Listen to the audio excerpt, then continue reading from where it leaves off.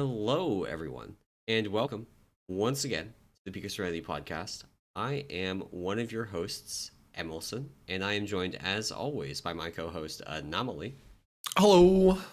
And this week, we are going to be kind of looking back at the past year and doing a little bit of looking forward towards the next patch, the next year. Just kind of a little bit of recap and speculation, and I guess we can kick things off by looking back at the very recent past. How were your holidays, Anal? They were good. I guess this will be, we haven't had a podcast in probably 2 weeks now. Yeah, So with each of us having our own little holiday fun time. yeah, It was good. We had a bunch of family in town. Basically been off work for the past week. So it's been a very chill time, we'll say. Very, very chill. So it's been fun. How are yours? it's been a strange couple of weeks for me. I was hoping to take the last couple of weeks of the year off of work, and it didn't quite end up working out because we had some work emergencies. Um, but it was good. It was good. Got to see family. Went and visited my grandparents because my grandfather had heart surgery, so that was fun. That's one of the weeks that we missed. Yep. Um, but he's recovering well. Everybody's doing good. Awesome. Had a nice chill weekend this weekend. Spent some time at long last getting and putting together some furniture for my apartment. You know, Nice, nice. It's very fun. so yeah, That's awesome. That's like, yeah, speaking of furniture and apartments, I don't know if I ever told this story, but the first apartment I ever had, so the first, once I moved out after college or whatever, I had a huge apartment, like huge by my standards. Like yeah, I had a living room, I had a dining room, I had like a kitchen that you could put a table in, I had like a yeah, bedroom. It was a big place.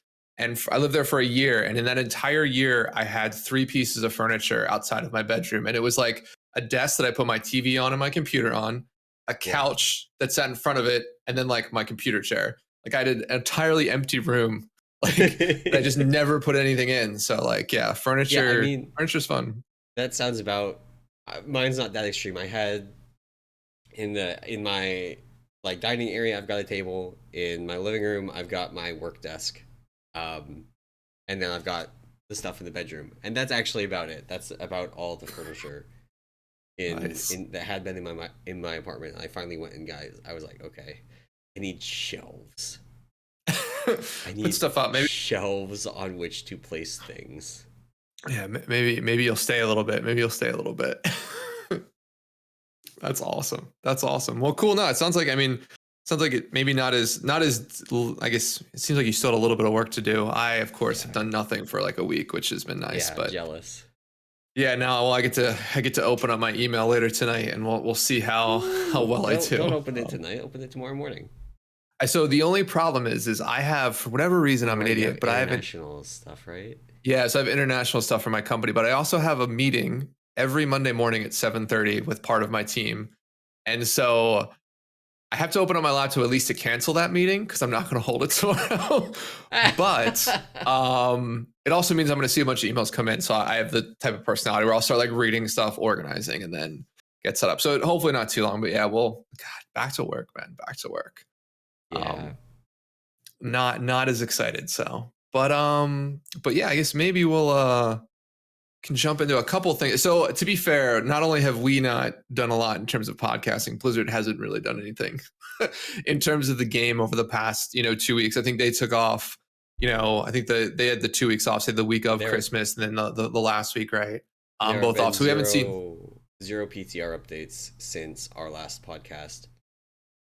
We did get more PTR testing, raid Yep. bosses, which we will talk a little bit about. I think we've tested every heroic boss that is going to be tested, based on Yep. what they said about not testing the last three. So the first eight have all been tested, but we will talk about that a little bit later. Yeah, yeah. So I think the only two things I wanted to touch on were one was just about the guys over, and I always pronounce their names wrong, but it's the MO podcast. It's like Mer something. Oh, what's the name of it? I actually have that God, pulled up because you linked that, and I was listening to it while I was assembling furniture, yeah, and they are what, Flame and Marcellian. Yeah, Flame and Marcellian. Sorry, I always get Marcellian's name wrong. But yeah, so they sort of have done. I was on their podcast or their cast a little bit when they talked about Mistweaver monks with Abe, and I don't know if you did anything with them on Brewmaster, but they do a lot of like content. And one of the things they did over the break was they put together a podcast just talking about a bunch of like class type stuff or systems type stuff around World of Warcraft with like 4 pretty well-known individuals in the community, particularly like the Wowhead community. They're all writers for us, or for not us. Anyway, they're all writers for Wowhead, and they're also just prominent community members in their different classes. So you have Word Up from Shamans, Guilty S from the Feral community, Pantheon, who I believe is Tank, right? Yeah. He and the other guy that's on the podcast, Mandel, both do Blood DK stuff, which is kind of funny. But Pantheon also runs the Tank Notes website, which I'm sure a lot of people that tank are familiar with. Great Spark Notes version of a fight that you haven't done before. A lot of compiled like tips and tricks from people that have killed the fight before. So yeah. So they did a big podcast. It's actually pretty interesting what they talk about. I think, some of these people you might know as maybe a little bit more negative about the game. So they have some interesting takes, but I'd say like check it out. Lots of good just conversation. It is pretty long, like 2 hours, so takes a little bit to get through. But no, it's they talk really about systems, like the borrowed power buzzword that goes around a lot of times, and then just like some of their thoughts, a little bit on like just class balance and some of their thoughts. So it was really cool. And to be fair, these guys like Marcelio and Flame doing really good work in terms of like content. Moderating it, no, definitely should check it out. Definitely worth listening to. I don't agree with everything that they've said. Yeah, but they do go through a lot of good points. A lot of things I do agree with. They talk a bit about, for example, the situation with Covenant legendaries and how they went from being, kind of an option for people to being a non-option that just invalidates certain covenants because their legendary is awful. Right. And then you have things like, of course, the Boomkins with their Venthyr Covenant legendary that's getting nerfed by 40% and still probably going to be the best option. Yeah. So, yeah. Yeah, definitely some difference in like the power of each of those. So, but no, definitely I would check out that just to hear some more WoW content. Give you 2 hours. Be cool to take a look through. So so then the next thing I wanted to cover real quick was just about one of the systems that that sort of has come out or will be a part of 9.2, which is the boss rush in Torghast. So Wowhead did a write-up on this. I actually haven't had a chance to test it. That was going to be what I'm going to work on this week. But basically it's like Torghast light. So it's a boss rush idea where you go through I think it's like 6 or 7 floors. And the floors basically are quick hitters. There's only either trash mobs in the middle or bosses, and you basically have to clear them out and then move on to the next room. And once you start the original engagement, it's all timed from there. So like as you move up in layers, the bosses not only become more difficult, like higher level, more elites, but they also come out quicker and quicker. So there is sort of a speed component to that that's interesting. So it's a cool little system. You end up getting, so there's nothing really to loot. I believe all of your like knowledge, what do they call it? Tower knowledge abilities carry over. No, that's turned off. Or is it turned? That's all turned off. That's what okay. Yeah. All that's turned off. And there's no like looting or anything like that. So I think you get a set amount of phantasma between floors. The brokers at the start of every floor after the first one. And it's a cool little boss rush idea. So yeah, I haven't had a chance to actually test it out myself, but it definitely is interesting. The one thing I think, and you mentioned this in the notes, where you start with the ability to get 3 epic level powers to start, which means as a monk, you can get 0 good power. Actually, you can get 1 good power. You can get the AoE Touch of Death power. Yeah. And then if you are Necrolord, you can get the one that just like makes Bone Dust Brew insanely powerful. Yep. It makes it sick for Yeah, I don't think there's any other good epic powers. And no. So it kind of sucks because like what's it? Vivify 1 is a common, So you have to get that from either the vendor or one of the other animorphs that spawn. But if you get the AoE Touch of Death power, obviously, if you haven't figured it out by this point, you should be playing the Touch of Death ring in Torghast It's just correct to do. It's basically free at this point. You can go and pick up an eye level 190 legendary for like 2k gold, even Yep. on my backwater realm. Put the Touch of Death ring on it for basically free, and then like it just makes everything so much easier. Uh, Here I don't know if it's going to be absolutely correct because Touch of Death not as good on bosses. Right. And because I want to test this. If you don't get enough common and uncommon powers, then it will actually not be possible to put together the like zero cooldown Touch of Death build that also has the HP stacking. Like you won't. There's no Right. Mallrats, so you can't get the Mallrat HP power. There are actually a couple of epic powers that just double your max HP that stack in interesting ways that could be good. If you get both of them, instead of having 300% HP, you have 400%. And you have another HP increase that of course also gets multiplied by those, so it's actually kind of silly. That's Yeah. how I have a screenshot of me with 7 million HP at the end of the Adamant Vaults. Not bad. Not bad. Not bad. Um, but really, that's my main concern is like they give you epic powers, and in theory that's good, but a lot of the epic powers are actually just really bad. Right. Yeah, or they require like another power that scales Yeah, into it, like the HP one. Yeah. So that's the yeah, one thing I think that you have to sort of be mindful of is that because this is a boss rush, you're not clearing full floors in between. So the idea is like any sort of scaling that you might look at that requires you to use an ability multiple times yeah, or kill a certain enemy, right? You're not yeah, going to have that. So yeah. that's the one thing they did notice or did sort of point out. Yeah, and they did say that they're going to be removing some powers that don't make sense. Yep. And I'm hoping, I mean, obviously that should include anything that's related to Mallrats because there's no Mallrats. I'm Right. hoping that doesn't mean that they removed things like the Touch of Death Fortifying Brew power, which is when you cast Touch of Death, your next fortifying or your Fortifying Brew increases your max HP by an additional 15%. Hmm. And if you're not playing the Touch of Death ring and you're not getting your common powers to reduce the Touch of Death cooldown, then it takes a really long time to stack that up because you can only cast it once every 10 minutes or every 3 minutes. Right. Um, but once you get it down to 0 seconds, then you just like cast it all the time and Yeah. get lots of stacks. And I'm hoping that doesn't mean they're just like, oh, all the stacking powers are gone because you're not going to have time. When in Yeah. fact, in Exactly. some cases, you would have time. So I don't know. Um, I am cautiously like I don't know what to think about this yet, honestly. Yeah. Yeah, neither do I. And there's not too much in terms of like rewards here. Like you'll get Soul Ash and Soul Cinders for doing some of these layers. I think you get a chance at some of the conduit upgrade stuff, but I think to be fair, you're looking at this as more of a like prestige type thing because there's a mount reward for it, there's a Yeah, title reward for it. I think there's a toy right in there too. So yeah, so I mean it's more of that type of idea, but this it seems interesting. We'll see how it plays out in terms of how it plays. But it seems like an interesting sort of thing they could also do with Torghast is just like give you the ability to just like plug through bosses, play maybe in a slightly different way, play yeah, with maybe different powers too, right? To see if you'd like that. So, yeah, um, but yeah.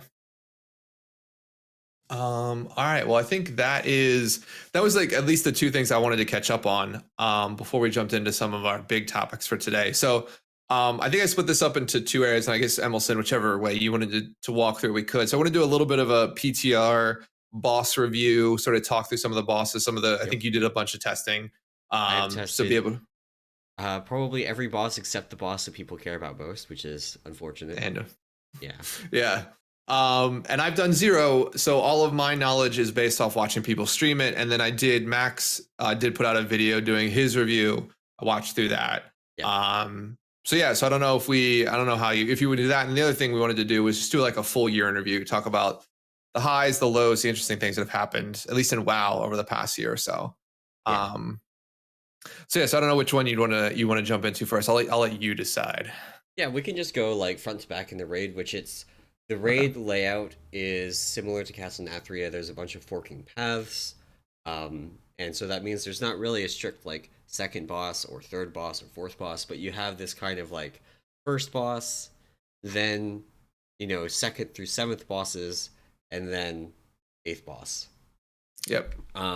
Which the first boss I also didn't test. It is what's that called? hang on, I just had this pulled up. Vigilant Guardian, I think it is. Yep. And that one looks like just Hellfire Assault. That's what someone was saying, yeah. Extremely broken on PTR. Well, I say extremely broken. The fight functioned, but there were some oversights in the strategic elements where you could though basically the way it works is you have to kill a certain ad before the boss the boss, this wall, does this giant AoE in order to get a shield so that you don't die to said AoE. Except that they didn't have enough health, and so you just ended up with like a bunch of the shields floating around and just like had to wait for the boss to do its mechanics before you could, collect your loot. So yeah, kind of a similar issue that actual Hellfire Assault had, where once people were more geared, you spent time kind of waiting around for things to happen because everything died too quickly. Yep. So yeah, at least it's just the first boss, right? Right. Yeah. Yeah. Yeah, I mean, to be fair, like I don't mind these type of bosses, at least as first bosses, right? Where it's like a little gimmicky. I think the nice part is like we assume that they're gonna put some sort of skip in, probably a skip to Anduin. They might do the same thing they did in HFC, although HFC had a lot more bosses, but HFC had 2 skips. They basically had the skip past Gorefiend, and then they had the skip to Manaroth. Yeah. So they might do something similar where you might get an Anduin skip into a like jailer skip, right? Or like it's the skip to Anduin, you just have to kill Anduin, and then the door to jailer is automatically open without having, like, similar like KT's door is automatically open after you get the skip there. So yeah, we'll see. Hopefully at least my hope, I guess you could say, would be that the skip is triggered before this first boss. Because if it's after in farm, it's just like you're gonna, like, my guild is 100% gonna wipe to this because we're just idiots. I mean, that's how it was in Castle Nathra. You killed Shriekwing, and then you got to skip to Sludgefist. Right. So, and again, in Sanctum, you kill Terragru, you skip to KT. So yeah, I'm just hoping they go. Well, that's they then did in what, BOD, you could go right to the end. Although they added that after the fact. That was added just so people would that was just added so people could farm mounts. That's the whole reason that was added. True, but then HFC, I mean, I guess to be fair, if we look back, HFC had their portals before the first boss, and that was intentional. So yeah, I mean, that's honestly would be fine with me because I didn't, don't really want to do Hellfire Assault. Yeah, neither do I. But so the next kind of layer of bosses, we have Dausegne, which is the very first boss that got tested on PTR. This is the one that so her main gimmick is that she will at various points teleport around the room and activate a pillar. This pillar you need to like attack her and break her shield before the raid wipes to ticking damage. But once the pillar is activated, periodically rings, like halos, if you've seen the priest ability Halo, where there's this like circle that goes out from it, comes from every activated pillar, and she always activates it. No matter what you do, she will activate the pillar. Even if you instantly break her shield, the pillar still gets activated. There's nothing you can do to prevent it. And when you cross one of the circles, you get a debuff that makes the next circle crossing do like a bajillion times more damage. So you really want to be spacing them out. And there's an extra element on Heroic where you have to also be spread, so you can't like stack the entire rating and cross, because you do an AoE around you when you cross. Gotcha. Yeah, Max is pointing out this is very much like Priestess of the Moon. If you remember that in except Priestess of the Moon in Tomb of Sargeras, it was, you really didn't want to cross at all. Like you wanted to cross when you crossed, you apply the debuff to the whole raid, right? So you did damage, yeah. Yeah, so it was like you wanted to stagger it so that your debuff would drop. Yeah. But with this, it may well be, especially since it's at, this could be a potential second boss in the raid.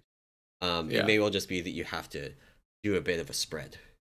You spread, and maybe it is that you go in kind of waves where each group of 5 people crosses, and you do it where you're spread, and then the next 5 crosses, but there's not the timing elements of like having to wait for your debuff to drop.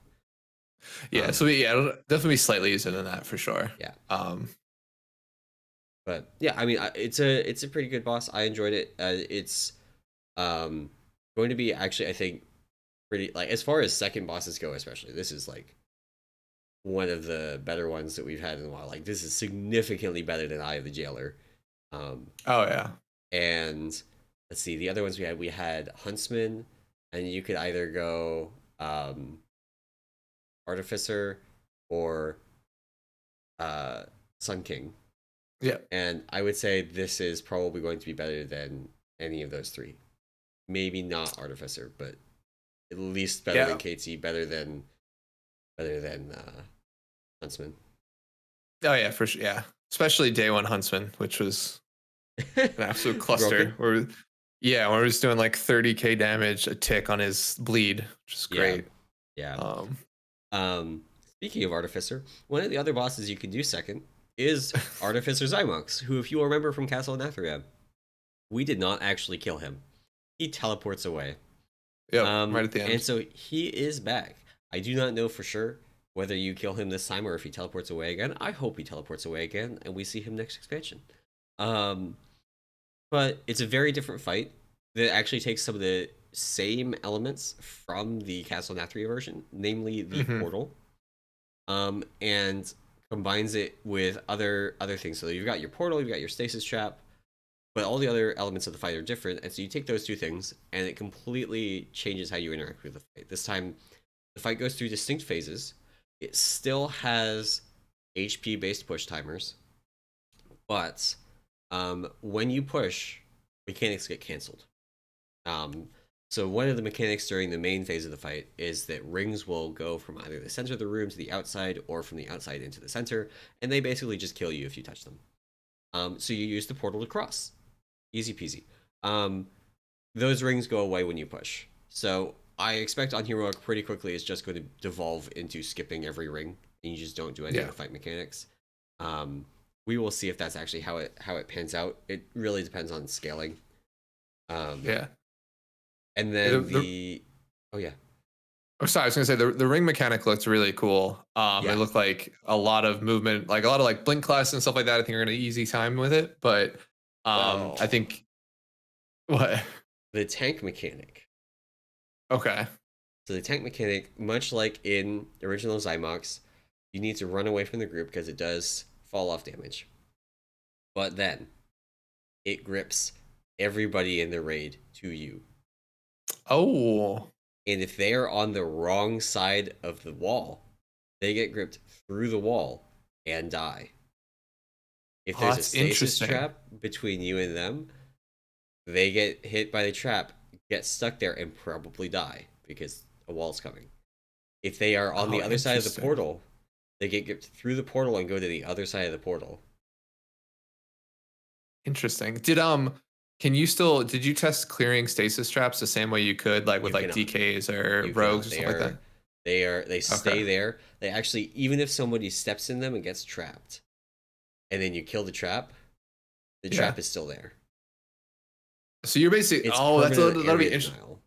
Yeah. So it'll be interesting movement wise, right? Because you're gonna want to reposition each set. I'm assuming there's like multiple sets of portals, right? That you'll end up dropping. I think what I said they're a lot less frequent than in the original Xy'mox fight, but still there's multiple sets. You basically get one per phase or one per. It's like either one per phase or one per ring, kind of like so you get one at the beginning of each phase, and I think you might get a second one after the first set of like the ring mechanic. Gotcha. But yeah, it's despite having many similar elements to the old Xy'mox fight, it's quite a bit different. And then the intermission phase is really not a lot to talk about. It's just ads. You just group up the ads and kill them. There's some important kicks. You have to kill certain things before they basically go Super Saiyan and murder your raid. But nothing really to talk about there. That's awesome. Yeah, it seems like a really fun fight. So I think that one is the one I'm most interested to see how it's going to turn out. Because it could turn out extremely well, or it could just be kind of like Fair enough. And we got Skolex. This is kind of a sludge fist kind of fight where there's really not a ton going on. There's just ticking raid damage. There's stuff to not get hit by, falling rubble to not get hit by, gigantic cone to not get hit by, and then the main gimmick of the fight is the boss itself is stationary, Okay. and um, what you do is if you stack the entire raid at one point within like 5 yards of each other, the Yeah. boss moves to you. Oh, He interesting. leaves a puddle where he was. On heroic, it goes away shortly after. It will kill you if Mhm. you're in it, but it goes away shortly after. Um, on mythic, it's permanent. Um, and then he's gonna burrow under you, and that's you clear your ticking raid damage dot using that burrow. So you stand in it, it removes your sand debuff or whatever it's called, and Gotcha. then that resets it. But then for the rest of the fight, he does more damage. And it also does a big burst of raid damage when you do that. So it's the kind of thing where, like, you drop a Spirit Link Totem or a barrier on the raid. You have to be careful to do it when he's not going to be throwing projectiles that are all Right. targeted at players. So if you do bait at the wrong time, you will have projectiles on you, and you will die. Jesus. That's um, interesting. so In- it's going to be very interesting. I expect that actually this is another one where on heroic, I think by the time a lot of people are hugging heroic pretty cleanly, you're not going to have to do the bait very many times. You might have to do it like once or twice. This is where I'm right. actually concerned a little bit about pugging because of the fact that everybody has to stack. If even Yeah. one person is not there, you can't do it, and basically it's a raid wipe. Yeah, because like I guess the other thing too is you can't just continually clear because he gains like a stacking buff, right? Like damage Yes, buff. yes. Um, yeah, I get Which, some very Uru like vibes from like AQ40 back in the day from yeah, this guy. Um, but cool. Yeah, it seems fairly simple mechanically. Yeah, probably just like a DPS check, right? Like you basically have yeah. to kill it before the DPS damage check, just healing becomes too check, high. Yeah. yeah. And for tanks, it's got the It's almost a copy and paste of the combo from what's the boss in uh Nihilotha, the dog boss. Oh, yeah, no, I know what you're talking about. It's Yeah, like the or like two of yeah, one side, one of another, and it just it's random. So sometimes the dog boss is yeah, what two poisons or one physical or two physical, one poison, basically. yeah. Basically And you that. just couldn't take two of the same buff. Yeah. Yeah, yeah. It's basically that, except it also had a minimum. It had a maximum range that was very small. And since the boss didn't move, you could actually, when it started, just move both tanks out of range, and Oh, it didn't hit any of them. it wouldn't hit anybody. And then also it had the fun thing where if the primary threat target was not in range, it wouldn't auto attack. Um, Oh, Normally, when a boss is like that, if you think back to other stationary bosses we've had, if the primary threat target is not in range, and this actually also applies to every mob that gets rooted. So if you ever, um, frost mages do not press Nova when your tank is kiting because you will murder the melee because they will all turn and auto attack the closest target that they can, or the highest threat target that's in their auto attack range. This yeah, boss wasn't doing that, so we actually did some testing with, and this is obviously not going to work on live. They're going to fix this. But yeah. we had all the hunters misdirect to Boomkin, and they did their Rav burst at the start, and then just like zero tanks. That's so interesting. Yeah. Yeah, because typically it's either it starts killing melee or it'll the It'll do boss like will a like big raid AoE. AoE. Yeah, Yeah. yeah, Like constant AoE damage. Interesting. yeah, Well, cool. All right, little Sam boss. Okay, we got some differences here. I'm liking it. yep, yep. And then moving right along to another sand boss. This one is like a spider bot, like literally. Um, Okay. and it's some kind of mining bot. It starts off with some floating pillars kind of circling around it. If you remember, like the orbs around Kael'thas's head, Oh yeah, it's like that. Um, and you basically you point the tank beam at one of them, yeah. and it breaks the shell that's on it and allows it to be damaged. And you want to kill all of these, and then damage the boss because the boss takes, I think it's 15% less damage or 20% less damage per pillar that's active. Gotcha. So in the very first phase, there's two pillars. The next phase has four. The final phase has five, I think. So and obviously you don't want to be pressing Bloodlust with, Five. Yeah. 45% reduced damage. That's just inefficient. So you kill those, and there's a few other things. It's got kind of an Ashvane style soak the bubbles mechanic. Except Okay. it's not a permanent dot that gets put on you like it was on Ashvane, which sucked. It's more of like you get a minute long debuff or something that increases the damage you take from it. And DPS Gotcha. can pretty comfortably soak 2 with a personal. And then if you skip a cycle of them, then your debuff falls off and you can soak more. Gotcha. Okay. So you basically have like 2 soak groups, or like, Yeah. yeah. Yeah. So, and well, as you progress through the phase, there's more and more and more bubbles. So kind of what we were doing Oh, is the first couple of waves, just kind of group soak, don't kill yourself, but group soak. And then the last couple of waves in each phase, we would have immunes. And so someone would, gotcha. press bubble and horsey and go pick up all the bubbles. Because if Oh, you're immune, it doesn't apply the debuff. And obviously you also don't. This is different from in Ashvane, where you still got your dot if you were immune, and yeah. resulted in the floor paladin strategy, where you soaked all the bubbles, died, Just and then stayed got a dead.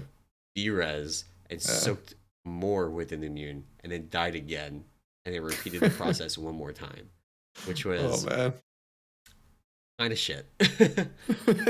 Yeah. um, but yeah, I mean that's kind of the boss. It has this big walking phase from one room to another every time you push it to a certain health percent. Yeah. When they started the PTR for this, it didn't have health scaling turned on.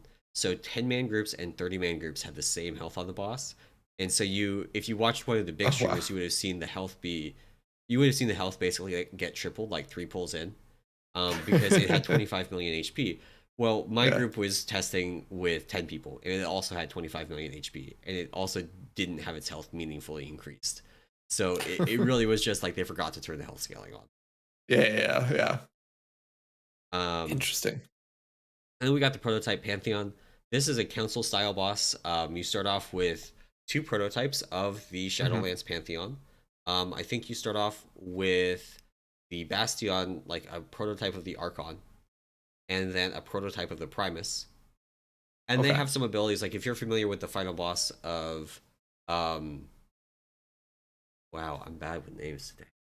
The the bad Bastion dungeon. The Necrotic Wake. No, the other one. Oh, Spires of Spires, Ascension. that one. The last boss of Spires, like the mechanics are reminiscent of that. Um, Okay. and then the Whoops. Primus just has some ads to kill. And there's a Okay. couple of other mechanics, like the Primus will put debuffs on people. You have to dispel those people inside one of the shields that the Archon puts down, or you die. Oh, okay. And if you dispel it outside of the shield, you die. And if you dispel it inside both of the shields at the same time, they both get consumed, and the other person's going to die. Oh, Jesus. Gotcha. Um, so that was fun. Um, and then once either of them reaches 50%, and this is important, once either of them reaches 50%, they both become untargetable and like go away. Um, Okay. they are both going to come back at the final phase with whatever health they had left. So you don't want to burn one. Gotcha. Okay. You want to kind of cleave them evenly. So like phase 1 and phase 2 is primarily like 2 target cleave. Yeah. Um, then phase 2, you get the prototype of Denathrius, and you get the prototype of the Winter Queen. The Winter Queen is just generally annoying. There's some seeds that she spawns that have to get healed up, and they do Oh, I saw that. lots of raid healing. Give like a healing received Hmm. buff to the entire raid. You can micro that. I don't think you will need to on heroic, but probably will on mythic. And then Denathrius does Denathrius mechanics. That's actually Nice. he does Nice. he does his tank frontal that still applies its debuff to both the tank and other hostile targets. So, AKA the other bosses, Yeah. Yeah. um, which is awesome. He does his Hand of Destruction, this time with a twist.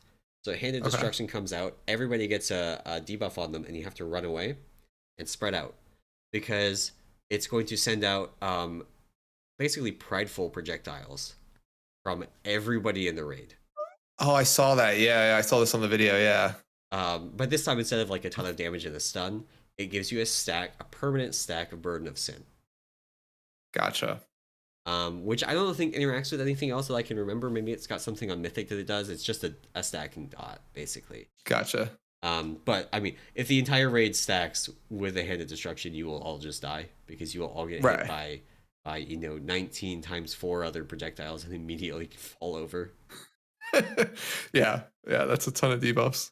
Yeah. Unless the projectiles do, I don't know if you tested this, but if you stand right on top of each other, are the projectiles from the edge of your hitbox or from the middle? It's you. Oh, okay. Fair enough. Yeah, no, I saw that. Yeah, because I saw the other thing too that I think that Max was talking about with this one is it's like one of the first times because all of the bosses are active at the end, right? You have like 50% boss health of like 4 target cleave, yeah, which is like unheard of on a boss fight for a while. Yeah. I think the other thing too he was saying is that the boss health, they're not linked, so like. And you have to basically, and you have basically 20 seconds after you kill one to kill all the other ones, or it heals to full. Yeah. Which is essentially a wipe at that point. But yeah. I mean, it's definitely one that I do agree with Max's take that it would have been more fun or more interesting from a strategy perspective if you could kill one. Because none of them, at least on Heroic, were so overwhelmingly like, oh, you have to deal with this one first. Right. There are ones that would be really bad to have die first, like the Archon, because then you can't deal with the Primus mechanic.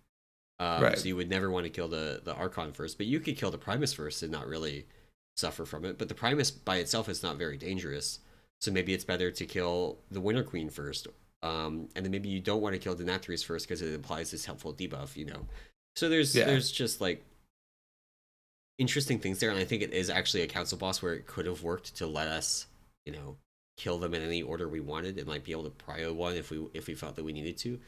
But for target cleave, get your Woodwalker stocks now. Yeah, exactly. Yeah, no, that'll be a good boss for them. Potentially boss number 3, so don't pay too much for those Woodwalker stocks, but That's true. That is true. Oh man. Awesome. And then so there was there's 2 more. Then there's how do you even say it? Lihuvim? Lithium? Yeah, Lithium is what people are calling it. It's the battery boss. Funny enough, it actually has battery-like mechanics, but we'll get to those in a second. So, first off, and Max notes this too, because it's actually super important, the boss room is fucking huge. Yeah, oh my god, it is so big. Like, we tried on a couple of polls. Like, there's ads that spawn in different corners of the room, and you want to do the thing kind of like Kingaroth in Antorus, where you want to kill ads in like a specific ad to make the phase easier. You can't cross the room. It's too big. You do not have time to get all the way across the room and kill the ad in time. So if the ad spawns on the opposite side of the room from where you are, you just cannot. It's not an option for you to kill it. So either you have to play around it and like move the whole raid over there during the main phase of the fight, or you have to just commit to not killing that ad. Like that. That's it. Because a Warlock Gateway doesn't even cross a third of the room. Jesus. Where if you think of like something like Soul Render's got a reasonably large room. Warlock Gateway in either direction crosses basically the whole room. Yeah. This is a whole other scale. That's mad. It'll be like one of the biggest boss rooms in a while, right? Yeah. Like I'm trying to think of other massive boss rooms. But yeah, no, this is the biggest boss room. It's probably bigger than the Zoth's boss room, and I think that's the like second biggest one that we've had. So, yeah, it's that's crazy. That's crazy. Like phase 1, not a ton going on. There's a tank frontal that actually the dungeon journal tells you to sidestep out of, so you should sidestep out of it. It really hurts. And then the boss will summon little star things like the final boss on Hazavesh. Those kind of star things. And you don't want to touch them because when you do, they explode. And they leave permanent puddles that cannot be removed. Okay. On heroic testing, the puddles didn't actually hurt that badly, and the damage from them wasn't stacking correctly, I don't think. But obviously that they're going to be dangerous on Mythic, so you don't want to touch them. You get another mechanic that puts a circle on people. That then, if you hit the stars with the circle, but not yourself. Don't hit yourself with the stars.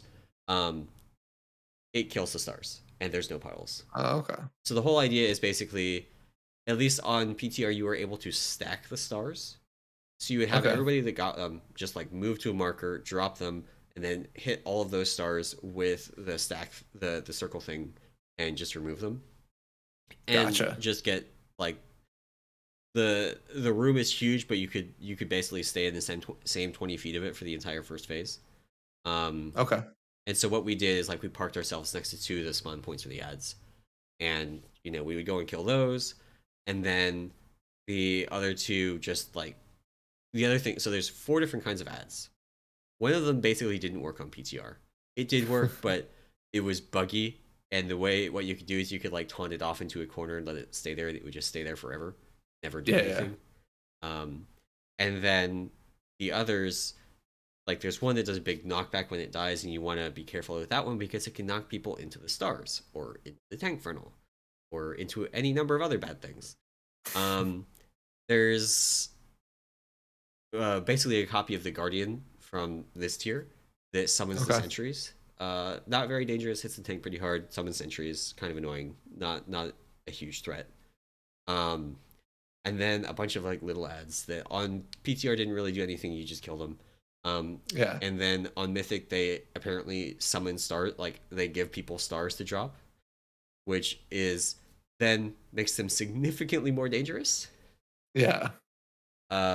Because if you have stars to get dropped at a bad time and you don't have a circle to clear them, then that makes everything much harder. Because there are other knockbacks that go on. There are other knockbacks in the fight, so being knocked back into badly placed stars just like kind of sucks. Yeah, you're screwed at that point. Yeah. Interesting. That the Kingaroth stuff, that fight wasn't too bad. I mean, it was interesting to have like the DPS pushes where you'd want to kill. I think on Kingaroth you killed 2 of the 3 ads that spawned, at least on Mythic, right? So there was enough time to do that. But no, yeah, definitely it was a fun boss. That was a fun boss. Yeah. So yeah, the room size, that's crazy. Yeah, I saw Max basically put out like the Warlock gates didn't cover like a third. So basically you're committing to kill like one of those big ads in the intermission and then dealing with the other one. There's where we were taking it is like there's this pillar basically in between 2 of the ads on each side. There's the big room. Think of it like a rectangle, and kind of at each corner of the rectangle is an ad. Gotcha. But it's a very long, narrow rectangle. So you can kill 2 ads. You just really cannot get to the other 2 ads. Gotcha. So, gotcha. Yeah. I don't know what to think about that one. We're gonna have to wait for Mythic testing and see what that looks like, because I feel like something's gonna change with that. Yeah. It felt like there was something like maybe we weren't supposed to be able to stack the stars, so you had to like kind of use the room, or something like that. I don't know, or maybe one of the things like the shield ad basically not working. If they fix that, that changes things, because we were just ignoring it. Like I literally set up a transcendence in the corner, transcended over there after taunting it, and just left it there. And for the next one, I did the same thing, just like stack them up, leave them there. Yeah. And that's obviously not intentional. Yeah. So we'll see. And then lastly, there's Anduin, which I can't really talk about because I didn't test it. I saw a couple different POVs of it. I watched Max's thing on it, which I think Max's thing is pretty good. I would go watch that. It will be linked in the show notes, so if you want to see that. But yeah, I can't say much about it. I was on the road the day that testing was happening, so. Right. Yeah. No, it was and I didn't get to test it at all. I saw Max's piece. So it seems like, I mean, to Max's point, it seemed like it's an end boss that he still gets the feeling that it was an end boss that they sort of have reconfigured their raid to now only run one. Yeah. Kind of like, I mean, hopefully it turns out better than Rastakhan, which Rastakhan felt like an end boss that didn't get finished. Like it was supposed to be the Alliance end boss, and the Horde end boss was supposed to be Jaina. But then Rastakhan felt like it was just like, oh, this isn't actually going to be the end boss, because we realized that's not going to work. So, just remove some mechanics and call it a day. or don't add more mechanics. Like this is fine. Right. Yeah. Exactly. Yeah. Exactly. So no, it was. But yeah, it'll be nice. I mean, I think Max spoke pretty highly of it. The Lich King, of course, is a part of the fight. Yep. So you get to rekindle your love for fighting the Lich King. And yeah, I mean, there's a lot going on, and we haven't tested the final three, right? So there's also like Rygelon or Regalon. Yeah, the Dreadlord So I think Council the and the Jailer. Dreadlords, yeah, and then the Jailer, yeah. So it'll be interesting to see how those final three do without any sort of heroic testing. Yeah. And of course no mythic testing, right? If that's how they actually go with it. So Yeah. um but yeah, no, I mean I'm super psyched. I don't know, is there a particular boss you're like most excited to do? Definitely Xy'mox. Of the ones I Yeah. tested, it's Xy'mox. Yeah, it's funny. That's it. Coming out of Castle Nathria, that was like the one boss I was actually excited to fight too. Was Xy'mox in terms of like the portals and stuff like that. So Yeah. hopefully it's just as good. So And they did so it still has the health based push timers, which I'm still not a huge fan of. But right. it is done in such a way that it's really we couldn't find a way to really screw yourself by pushing it at a bad time because it just Mhm. resets things. And then the Right. middle phase lasts long enough, the intermission phase lasts long enough that like the only thing I could come up with that you could really do is if you really, really, really need a Spirit Link totem or something, and you Mhm. push too quickly and you just don't have Spirit Link totem back up when you need it, which is a perennial problem. But um, yeah, it's you know it's fine. I don't think that's a huge problem. I think that Xy'mox is going to be fun. Um, Yeah. I am looking forward to getting to try Anduin, but I didn't get to test it all at all on PTR, so I don't want to like. Oh yeah, I definitely like that one. Gotcha. Yeah. Yeah. And it'll be interesting to see how that one plays out. So hopefully, I mean, like I said, it sounded like it looked good from the feedback Max had. It just hopefully it pans out at least on Mythic, right? Yeah. We might see like a 2 week raid tier Yeah, this time. So especially if we have no testing of any of the heroic bosses, yeah, and um the end of heroic bosses drop like highly desirable items like the Sylvanas bow or Sylvanas daggers or Jathis, hmm that makes it worthwhile for Limit and them to go for those kills during Mythic Week.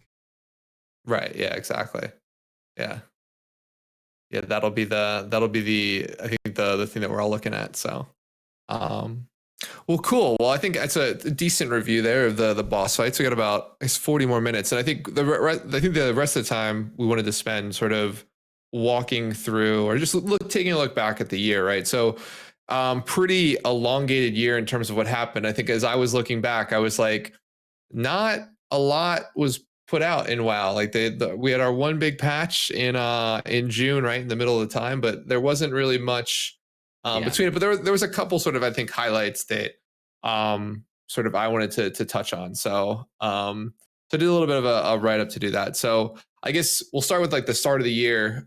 So we ended the year with we ended 2020 with like Castle Nathria being released and like the patch or sorry the expansion launch, right? So I yeah, know that this is something I skipped, but I guess we'd finished up Nathria in 2021 right after the yeah. holidays. Like Um, there were very few people that had completed Sire Denathrius in December. The yeah, number of people in the world with that a kill at that point in time is like 100, and it's comprised almost exclusively of people in Method and Limit, or Echo and yeah, Limit. Um, and everybody else basically killed it from January forward. So technically, Castle Nathria, a lot of it was this year. Um, yeah, but yeah, you are right. There's not a lot that was going on. Like we got 9.0.5 in March. That's really the first content update since the release of the expansion in November. right, And it wasn't even really a content update. Just a few different things in there. We got monk fixes, uh, and some small balancing changes, yeah. and that's kind of it. Oh, I guess we got Valor in 905, right? Yeah, so Valor, that's one thing I missed. So Valor did come in there. So we got the upgrade for Mythic Plus items, which I guess was, a Yeah, good sort of change. And then we also got, which I put in the notes specifically, was they toned down a bunch of ground effects. So this was like the This is idea where when like Ashen Hollow, now when you cast it, if you're not the casting paladin, it's like bright for like 2 seconds and then it fades. This was yeah, actually a huge problem in Sire Denathrius because of how everything there is red. So a yep, giant Ashen Hollow, meaning that you can't see the other red effects, or it's very difficult to see the other red effects that are going on, was definitely yeah. an issue. Yeah, particularly like the swirlies that would bop you off and things like Yeah. that. So yeah, no, this was a one of I think my raids more exciting changes, right? Was the tone down ground effect stuff. But yeah, we did get Valor, which I think Valor is cool. Like I've used a bunch of Valor to max out some trinkets, right? Get the lower level version of trinkets like from the dungeon and was able to get them, up to like what 240, 246, right? I think is Right now, yeah. the Um, max right now. So I can honestly say that I have never spent Valor to upgrade an item. oh really? I never Look got at you. I never got the blood spattered scale trinket again from Oh, the other side. I still do not have another one, which I haven't bothered running it this season because they were good raid trinkets. They were yeah, really really good raid trinkets. So I just haven't gone and gotten another one. yeah, Um, and the vein rippers that I have from heroic are just better than pox storm, so I haven't bothered trying to get those. Although I did at the beginning of the season before I had them and they never dropped. So I just never had anything worth spending Valor on. So it's just kind of pulled up, and now in interesting. 915, kind of getting ahead of ourselves. But in 915, they added a Yeah, vendor that you can buy account bound stuff and send gear to your alt with excess Valor. So that's what I've used my Valor on, which has been kind gotcha. of nice. Yeah, yeah. No, I think I didn't spend any in 905, but in 91, I got Changeling, which is really good, and I got Yep. Ruby, which is really good in like back to back weeks from just running those dungeons for like my 4 mythic pluses or whatever I was doing. Yeah. So I used the Valor to upgrade those, which was two trinkets I still wear today. So, Yep. I have a oh, 950 or a 252 changeling in my bag that I have never worn. nice, nice. It's great. Yeah.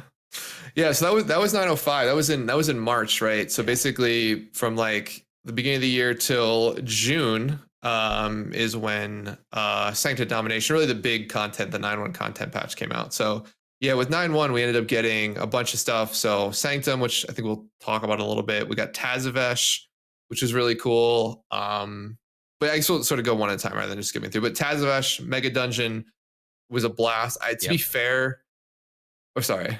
Oh, go ahead. I was gonna say I ended up doing. I haven't done this as much as I wanted to because I actually really enjoy this place, but I ended up literally running hard mode like 3 times in 3 weeks and getting Yeah. everything I needed gear wise. Yeah. So Um, it has the trinket, the sack, whatever it's called from the mail boss. mhm. That is ultra high variance and sometimes will do silly things. Um, and so that one is like not super desirable unless you want to fish for really good RNG. Um, Gotcha. but if you do want to do that, it's good.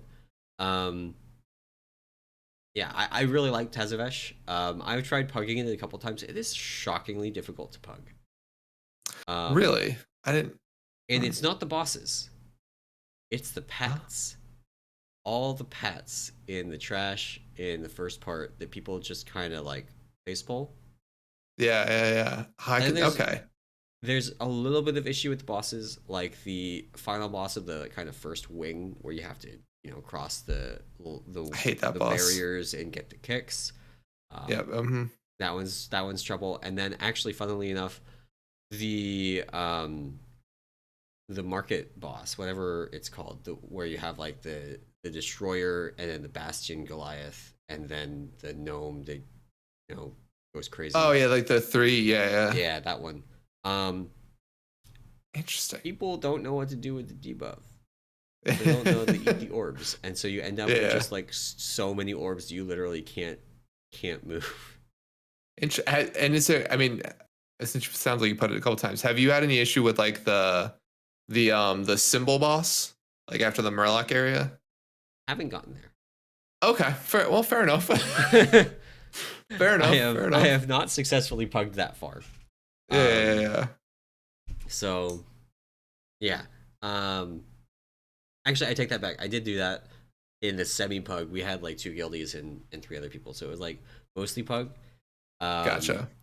but it was like pug. Like one of them, I think, was a friend of the guild, and then the other 2 were just randoms. Like we had Yeah. enough. Like the 3 of us could kind of carry the earlier bosses, and then we got to the simple one. And what we did is we just dropped markers and we said, "You do this marker, you do this marker, you do this marker," and then you just like wait for they will type in chat for you to do your thing.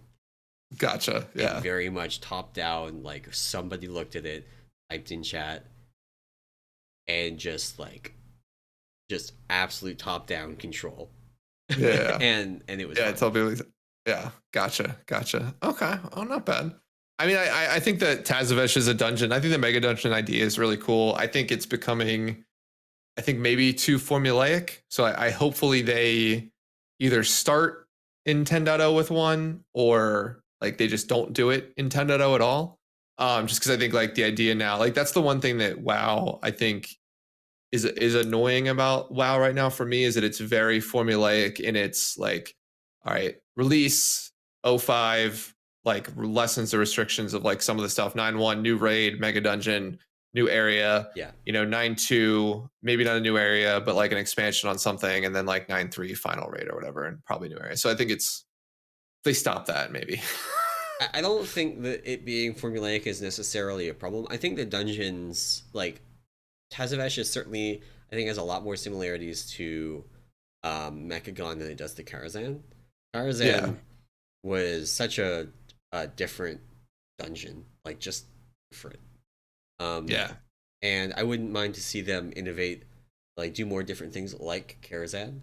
Um, but I don't see the like release schedule being inherently problematic. I do think that you hit on a couple of things like do you think are where like there's the '05 patches where they like loosen restrictions and do some bug fixes and tweaks, and like that should really just be hot fixes. That shouldn't be dedicated to Yeah, an like a '05 release patch. patch. Like an '05 patch should have more things in it. Yeah. No, I agree. I agree. Um, but yeah, we also in 9.1 we got the Mythic Plus score in game, Yep. and now that's how your dungeon achievements and your Valor upgrades are unlocked. Valor upgrades also no longer account wide, unfortunately. Right. They're character wide now, yeah.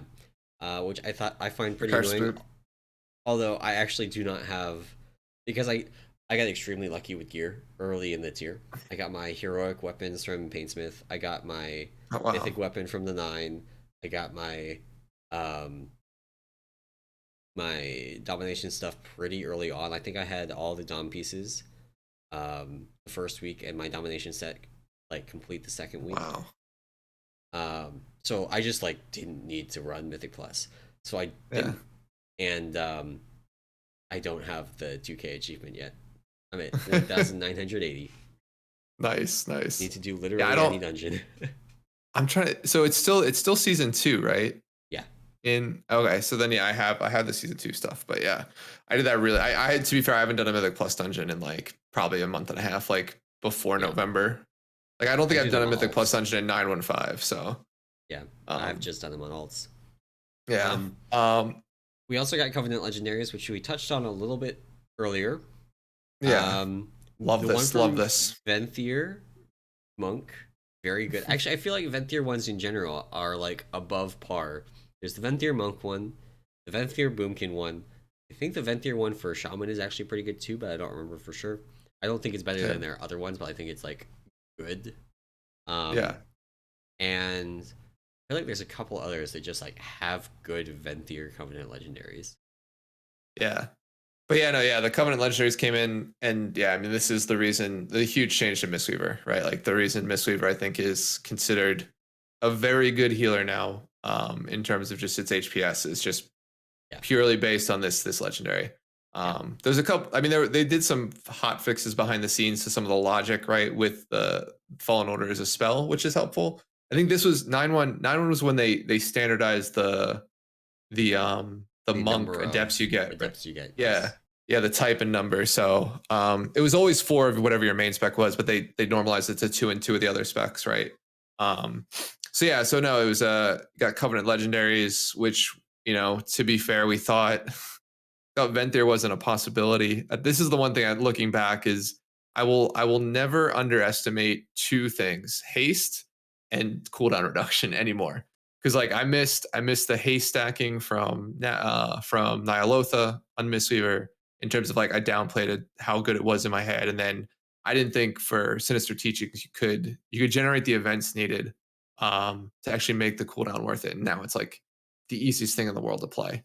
Yeah. Um, so but yeah, no, yeah, it's Venthyr Monk 9-1 with SOD is like the minute it's so I still remember the first raid I ran with Sinister Teachings, like after swapping and regrinding Renown, I just literally went from like being like, okay, like even with like my paladins, like the shaman in my raid, to just crushing and like AFK, like just like hitting whatever button I want, like not really working hard for it. So yeah, it's it's a little fun. bit a little Slightly bit broken. silly. Yeah, definitely slightly silly. Yeah, and this is actually something this is a sore point for me. I don't like the Covenant Legendaries, and I really don't like that the 9.2 are two legendaries is going to be one Covenant Legendary, which at that point is just like a part of the Covenant that you have to pay gold for, which kind of sucks. Plus another legendary. None of the Covenant Legendaries are all that good for Brewmaster. There are some good ones for. So I'm looking at right now playing Prop Paladin potentially next year because we have a Mistweaver. Mistweaver's good. Nice. So I might play another tank. And right now I'm eyeing Prop Paladin, and I've been playing a bunch of Night Fae Paladin, which uses the Covenant Legendary for that. Blessing of Summer on a Boomkin is very good. Okay. I had that do 400k damage during a Boomkin's burst. Oh Jesus. On Remnant. It was very good. Details puts the number on their damage, so you get to see their burst be like 20% higher. Yeah. But Warcraft logs associates the damage with the paladin. So nice. You can get good parses solely on the back of having a good boomkin in your group. It's great. But then like awesome. The other buffs are also good, so it's something I'm looking at, but it is just like so hit or miss on whether the Covenant Legendary is actually worthwhile. Yeah. That I'm really not looking forward to that in 9.2. Yeah, I mean it'll be luckily like Mistweaver, we make out that our Covenant Legendary is good, but no, I can definitely to your point, I think you're right. It's just it's like a piece of gear you have to pay gold for. Right, just because it's more eye level, it's more stats, and then it might have an added bonus of being good with the Covenant you've picked. So yeah.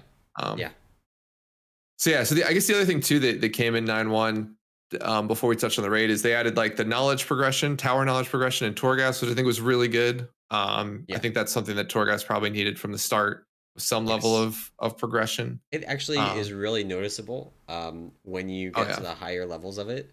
Just how much power you get, and it makes everything so much smoother. It really smooths out the randomness. Not completely removes it. Like you still have variance in the builds that you get, but it means that you get enough powers, at least for Monk, you can reliably go like, I want to try and do the Touch of Death thing, and you will 90% of the time get the Touch of Death thing. And if you don't get the Touch of Death thing, you're probably getting corrosive dosage, so it's okay. You're still going to be able to do fun things.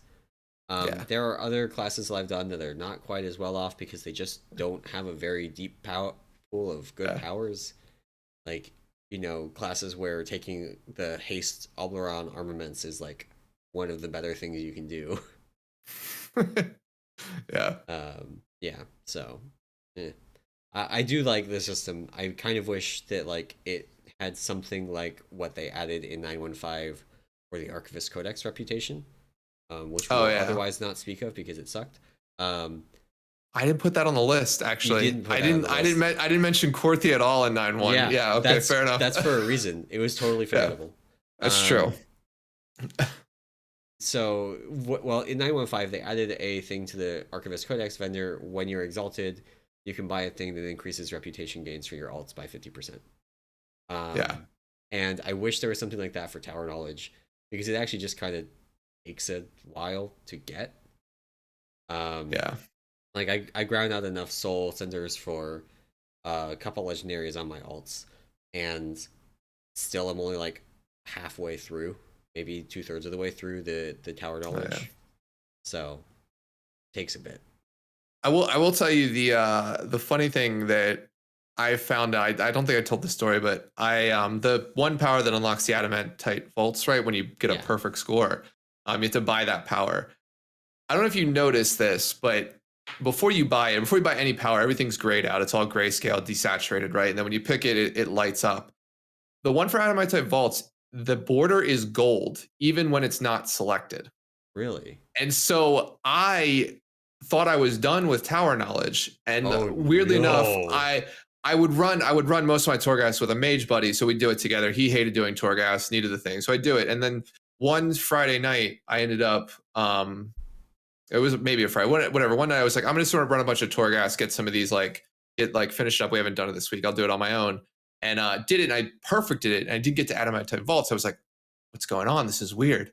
And so next week, run it with him, go in. I'm like, oh, okay, maybe something was weird.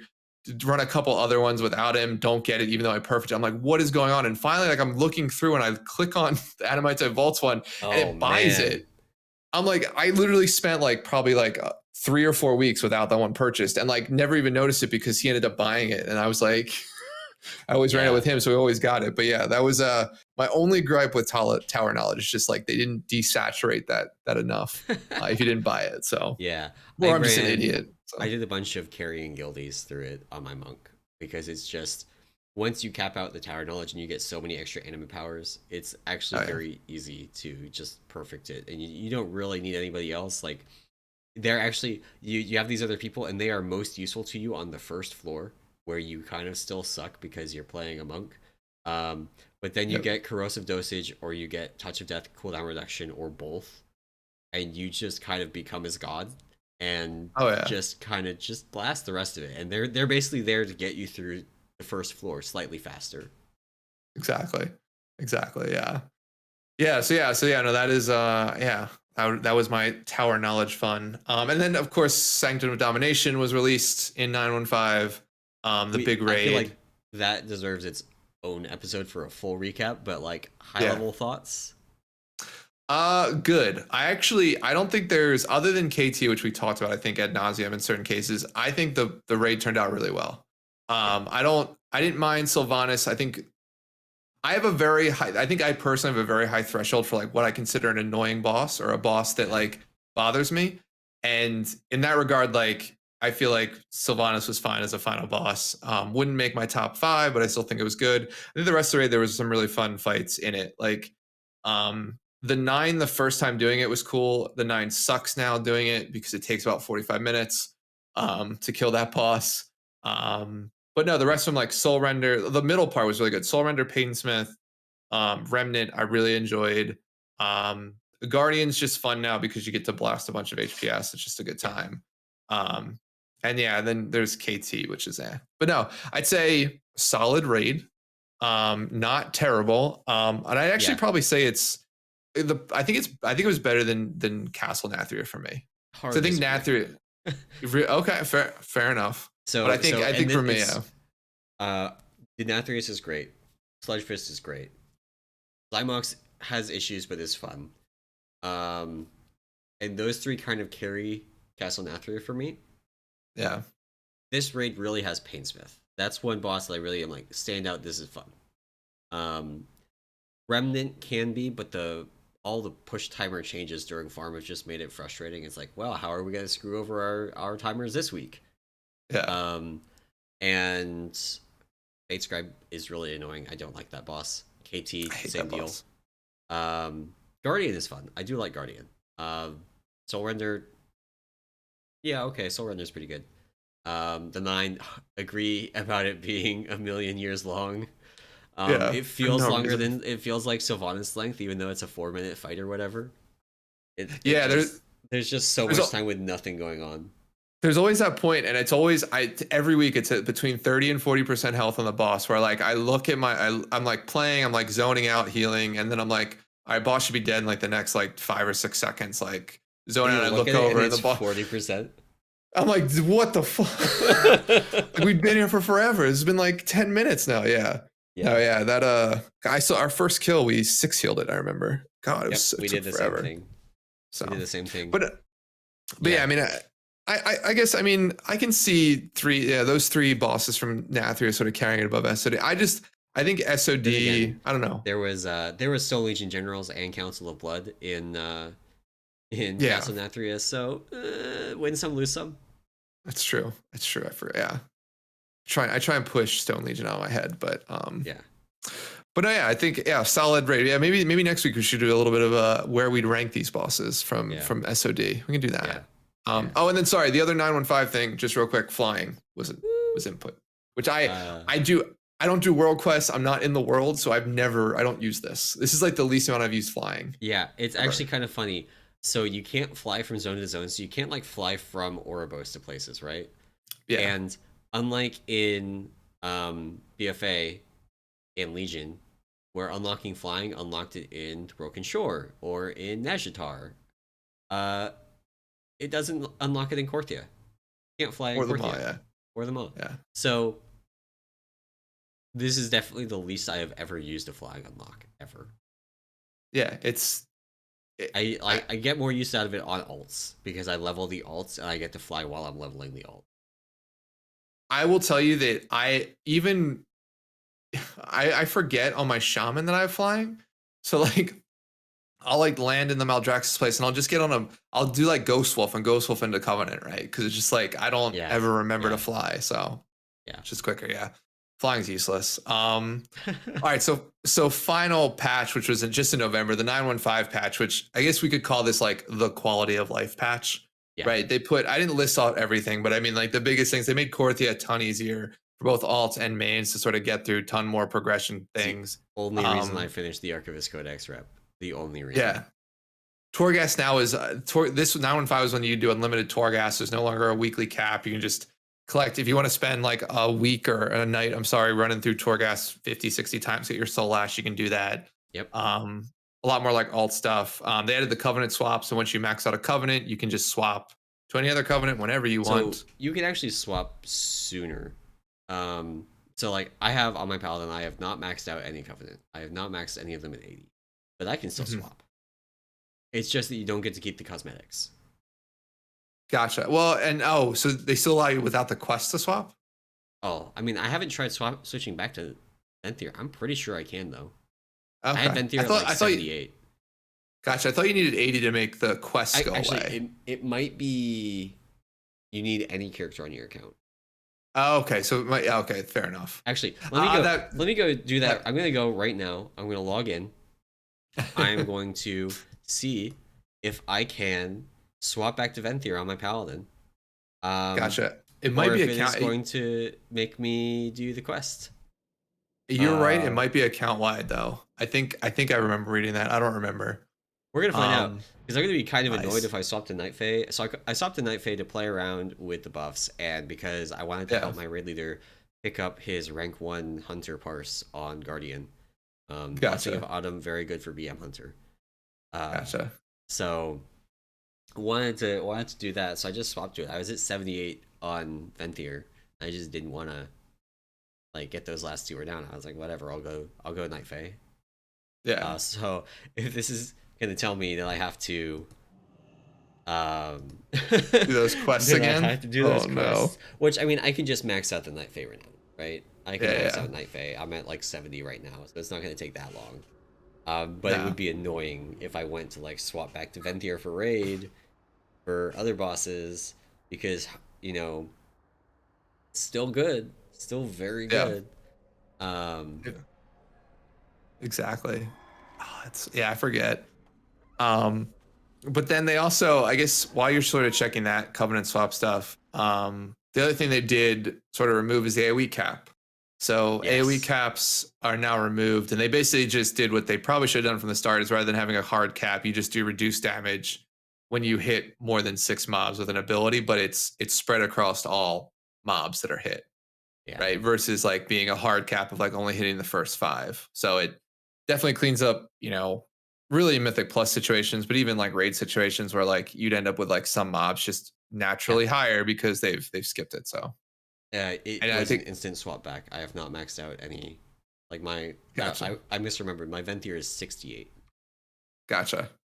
Yeah. So then it must be account wide then, in terms of the covenant I think slots, which that's it. is which is, I mean, that's huge in terms of just playing around it, right? And Yeah. it's annoying. I'll tell you that this probably wasn't in the game to start with, but like typical Blizzard, and they've changed this, right? If this would have been what they had in mind from the start of the expansion and just telling us would have been better, because like the way this was announced, like this entire patch to me is like the trying to save face with your community patch. So it's a bunch of stuff that people just asked for that they've like just put in the game, and whether they were going to do it or not, the perception, at least from my perspective, is like They're just they trying had to the save whole face.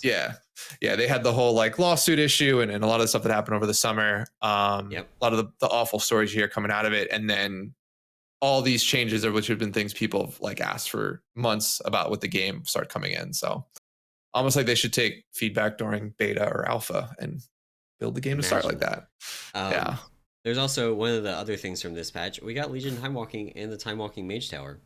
Yeah. Uh, the we talked about this. We had an episode on this a couple weeks ago. Yeah. Well, I guess it's actually close to a month ago now. Wow. Um, but yeah, it's good. I wish we got more time. We actually did get Mythic Plus extended all the way. It's still active right now. You can go do it. I wish it was just like the rest of the season. We had Legion Time Walking, and they just again didn't get the trinkets. Yeah. Just let us have our trinkets. And again, the one trinket that they didn't get, faulty countermeasures.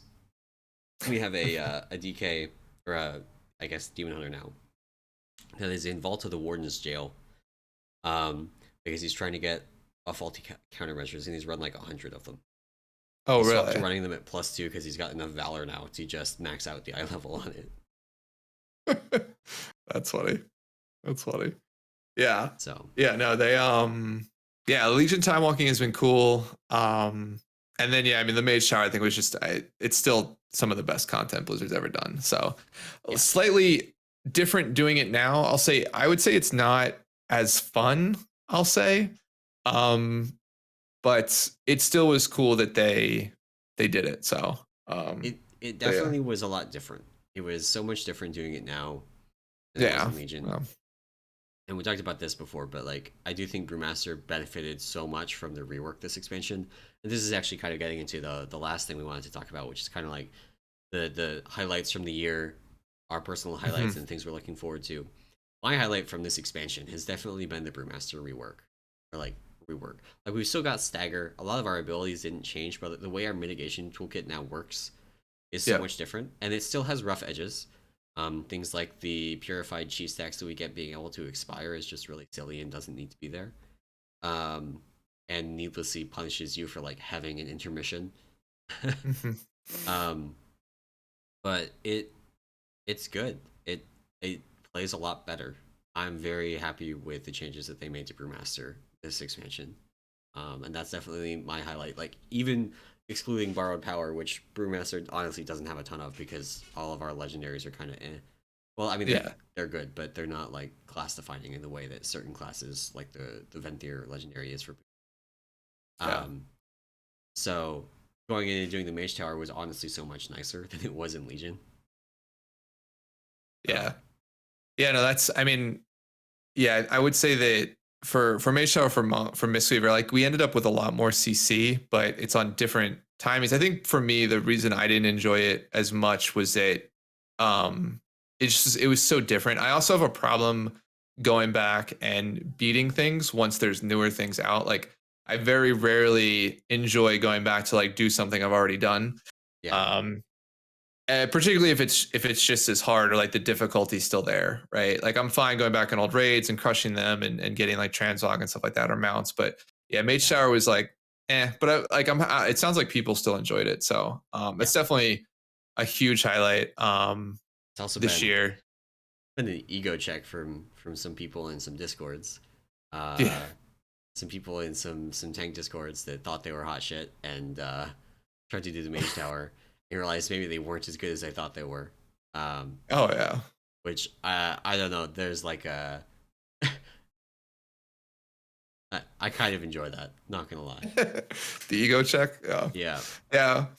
I think for me though, my favorite part, I think the nice part about this year has been the fact that like Blizzard for Mistweaver Monk in particular sort of went out and did what they started the expansion with, which was balance the four covenants, right? Like I think right now Venthyr hands down probably the better, like the best of the four. However, none of the other three are too terribly far behind in terms of like overall power. Like you can still, clear content and you're not holding your raid back if you're, Kyrian or Necrolord or even Night Fae, right? Yeah. So I think that's the cool part about this. The bad part, though, of course, is like Mistweaver power is once again subject to a system that is potentially going away, right? Like similar to corruption and those type of things from last expansion and the essence, like the essences and stuff like that.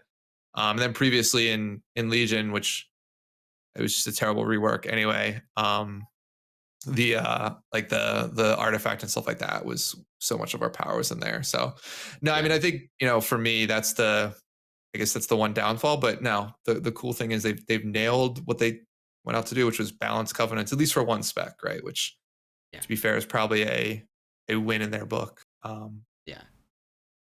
But yeah, I guess the only other thing too would be like, are you sort of looking forward to anything? I mean, it's definitely the raid. Like definitely the raid. See, I was thinking short term, like that. I mean, you know what I'm looking forward to? The new expansion. 10.0 announcements. Yeah.